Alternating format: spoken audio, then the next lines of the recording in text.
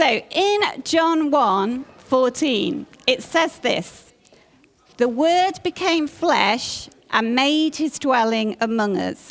We've seen his glory, the glory of the one and only Son who came from the Father, full of grace and truth." I mean, we could just stop there. It's so brilliant. What does this verse tell us? It tells us a few things. It tells us that Jesus became human, just like you and just like me, that he became human. It tells us that he lived among people, that he came down from heaven, where he was with God, to earth. Now, I want to stop for a minute and press pause, because lots of us in this room know this story really well. And every time I come to Christmas, many of you will know that I happen to love Christmas. Graham said to me on the way down to London the other week, "Do you think if you lived in Australia and it was Christmas in the summer, you'd still be as excited?" And I said, yes, because this is the beginning of the greatest story that ever happened. So those of us that know the story well can think, and when I get ready for another Christmas, I think, God, what are you going to do this year with this story? And every year God says, here's something new that you can learn about it. So if you know it well, I want to challenge you to, as we say to the children often, switch your listening ears on and think, what is God trying to say to me this year for the first time, or to remind me of? This verse also says Jesus displayed his glory. He was God, but that he invited people to himself. I love the passage that says the Word became flesh. So that all those words that have been spoken about Jesus before Jesus was born, when he was born, they became flesh. We've got our little granddaughter here, little Phoebe down here in her angel outfit. We talked about her loads before she was born. We talked about her, and then we had the day when we got to meet her.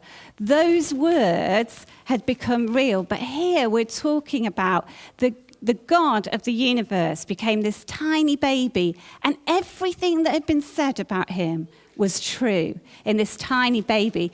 You need to look more excited, but we'll get there, because it is an exciting story. But this is a story that I love, because I spend my time often with people who don't feel included in church anymore, who don't feel included in God's family, sometimes because they've been really badly hurt. And this story reminds me that everybody is included. Let's just look at a few of the people. Mary is the person that the angel comes to. The angel says to her, you're going to have a baby, and it's going to be God's son. I mean, having a baby is quite a big thing, but actually having a baby that is going to be God's son and the Saviour of the universe is huge. And Mary says this amazing thing: let it be to me as you said. I'll do it. I want to be counted in to this story. The God of the whole universe chooses Mary, just as that God chooses you. It doesn't matter who you are. Every Christmas, I know I am very excited about Christmas. And I did say to Tim last night, when do you think you can start getting excited about Christmas? Because we're nearly there yet. I know not everyone is like me. You can be excited in your own way. But whoever you are, Mary was a teenager, a woman, and she was counted into the story. It's good news for all of us, especially if we feel insignificant and unimportant. God says, you're valued. In my kingdom, the ordinary are important. Then we see the shepherds. The shepherds, I read up on the shepherds. I said to Heather, I feel like I should write a book on Christmas, because every year I read up a bit more. And this is what one person said about the shepherds. The shepherds were considered to be on the lower rungs of society. The fact that the shepherds were chosen to receive the message of Jesus shows us that that message was for everyone, not just for the powerful. The shepherds responded to the message, and this I love. They became the first people to tell the good news. I love it on Easter, because on Easter Sunday morning, it's the women at the tomb that get to tell other people first. The people that weren't very important get to tell the story. In the Christmas story, the shepherds, who were probably a bit smelly and nobody really wanted to be with them, get to see Jesus and they get to tell the story. Nobody is counted out. Everybody is valuable. That's what the story tells us. It doesn't matter what presents you buy. I love to buy presents. I love to make presents, but it doesn't matter what presents you buy or you give. It doesn't matter the job you have or the status you have. Everybody is included. God sees everybody as significant.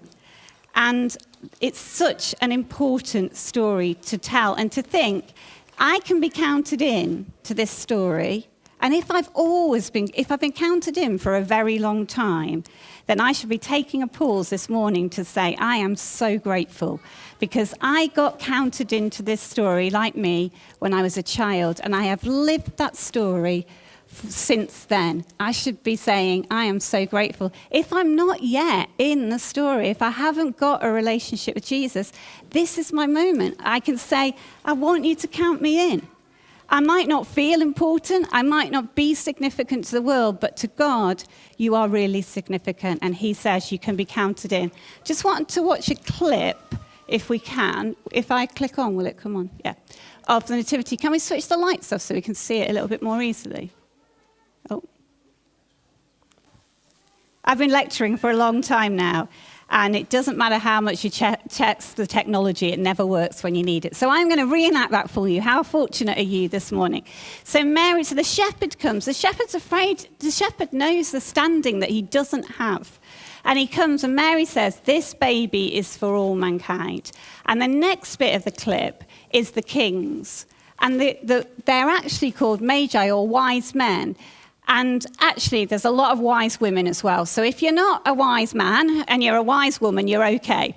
But what's so amazing about this is God's already, so he started off, Angel Gabriel comes to Mary, teenager, unmarried woman, would not be counted in, and says, you are counted in, the most important story of all. Comes along to the shepherds. Nobody cares about the shepherds. They're not well thought of. They're not thought... Nobody really wants to be friends with a shepherd. And he says, good news is coming to you. You get to meet the king. And then, actually, if you read the Bible, it doesn't all happen at the same time. It's sometime later. The wise men come along with their gifts of gold and frankincense and myrrh and visit Jesus. Why is that so important? Because they were not Jewish, they were Gentile. That meant that they would not ordinarily be thought to be included. And yet again, the message is, you are counted in. However you read through the story, you find that people who the world says don't matter are included. So what about you? Well, this story of God's love is for you. The donkey, sadly, found himself excluded from the story. But actually, it doesn't matter whether you find yourself... Sorry, Heather, I'm going to disrupt your beautiful... Oh, no, he's got to be included. It'll have to go over here. It doesn't matter whether your name is in the Bible or it isn't. What the story shows us is that if we choose... and we get a choice, the only way we choose not to be included is because we decide not to be. We can choose to be included in this story. I love to write. I love to write stories. And when I was watching back over this story and reading through it, I thought, no one could ever have written a story that was true that is as amazing as this. That all the way through, right from when the Bible starts, God's got a rescue plan. He knows we're going to mess it up. If you've messed up this week, you're in good company. He knows it's going to go wrong. He knows the people will need somebody to come and save them. He's already got a plan. It winds its way through the Old Testament, and we start to hear about the Saviour that is coming and who this is going to be. And we get to the beginning of the New Testament, and then we hear those words that Jesus has come. And Mary gets told that Jesus is coming. You're counted in, Mary. Then the shepherds get told. The wise people get told, and then the story continues to unfold. And what's absolutely amazing about it is it still does.